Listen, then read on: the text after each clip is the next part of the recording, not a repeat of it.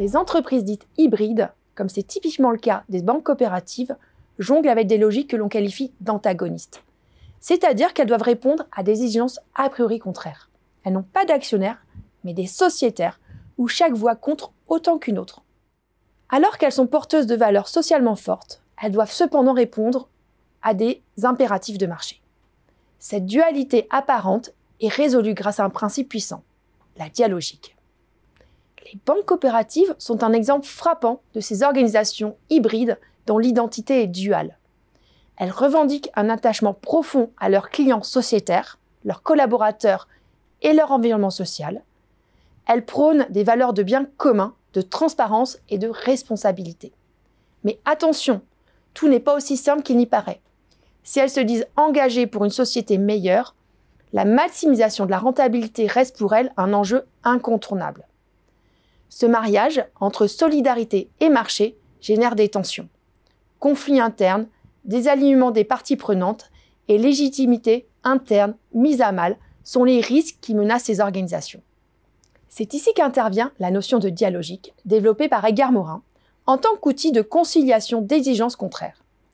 Cette idée, simple et percutante, suggère que deux logiques opposées peuvent coexister sans se neutraliser. Une dualité assumée, où chacune des logiques apporte une force complémentaire à l'autre. Mais si les banques coopératives ont déjà démontré leur capacité à concilier leurs objectifs sociaux et économiques, elles se trouvent aujourd'hui face à un troisième défi, intégrer la dimension climatique. Loin de se laisser submerger, ces organisations hybrides ont su développer des outils innovants pour gérer cette nouvelle complexité. Les tableaux de bord prospectifs, par exemple, où la quête du profit n'est plus une finalité, mais un moyen de mieux servir les sociétaires, illustrent bien cette approche. Autre exemple, les systèmes de rémunération collective ou la gestion des carrières sur le long terme.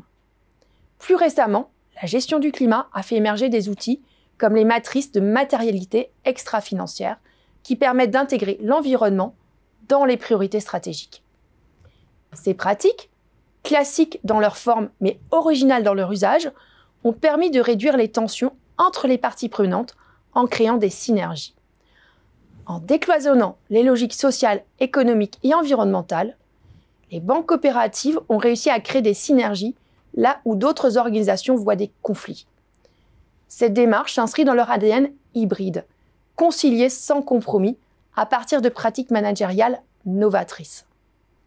L'exemple des banques coopératives et de leur gestion dialogique pourrait bien être une source d'inspiration pour les entreprises privées et capitalistiques.